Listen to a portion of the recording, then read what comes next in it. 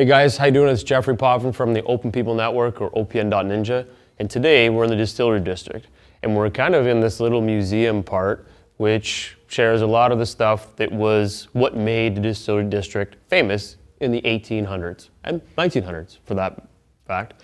And today we're going to be talking to you about what it takes to plan and strategize and make sure you set goals so that you're going to hit them.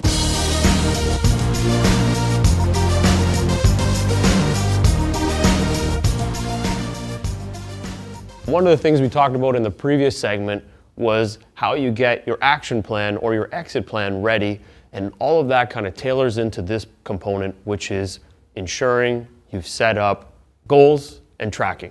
What does that mean? Well, there's a couple of components that you got to look at when you're doing this. First one is you got to make them easy, which is, what does that mean? Well, create some software, create a system, put something together that's going to allow you to monitor your success.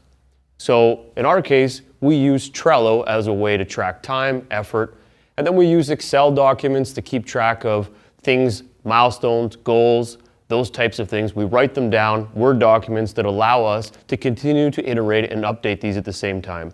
And then we use a communication tool, which is going to allow us all to communicate in the team during projects or anything that's set and structured around the business and goals that we're going forward with. The second piece that you want to look at is inside of this strategy or your tasks. How do I set tasks that are achievable?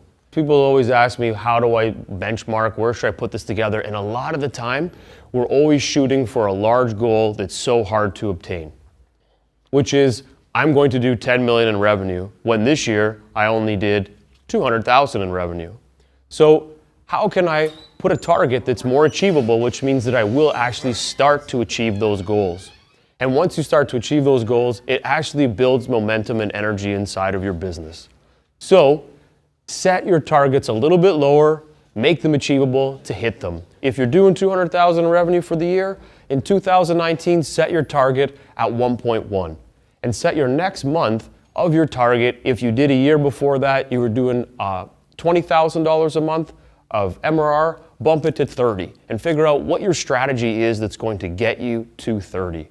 And then how you're going to get to 40 and work your way up. You have to start to think smaller instead of so big that you become defeated and deflated because you're not able to obtain that goal. The next thing is monitoring those goals. Why do you want to monitor them? Well, it gives you a success rate. So inside of monitor them, that's not just throwing them in Trello and throwing them into Slack. The way you're going to monitor these is make yourself accountable. And the accountability comes from working with people that will be above you, that you're going to report into. You're the leader of the business, but that doesn't mean you shouldn't report to someone. So find someone, a mentor, a family member, or a colleague that you can report into once a week, once a month. And what you're going to do is you're going to provide them with the value and strategy of where you're at. Here is what we've accomplished. Let them question you. Why didn't you do this? How come you missed this number? And what that's going to do is it's going to give you a drive to obtain and hit that next goal, because you don't want to let somebody down. So figure out who that person is, bring them into your business, and start feeding them that detailed information that's going to get you accountable. So create accountability. And the third thing is, if you're going to be good at this and you're going to try and achieve it, monitor yourself. Line it out. Create your own internal goals.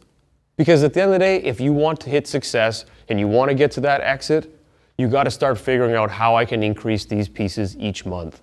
If you're going to be in this business, be the best at that business, which means get out there, hustle hard, work hard, and that's going to allow you to keep trying to build those goals and attain them and win. And that's what it takes to be in a startup.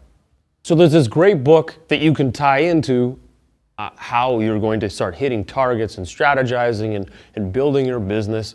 And it actually is a little bit different than the book you might be thinking of, but the book is called Switch.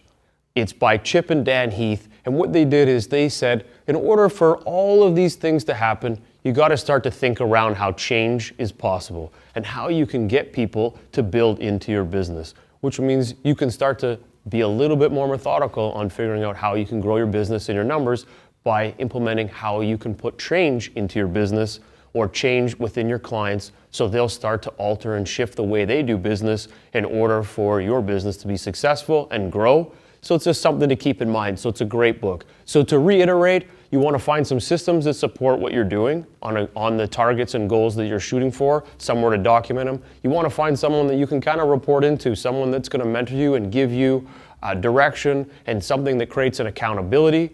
And you also want to figure out how you're going to be the best at what you're doing.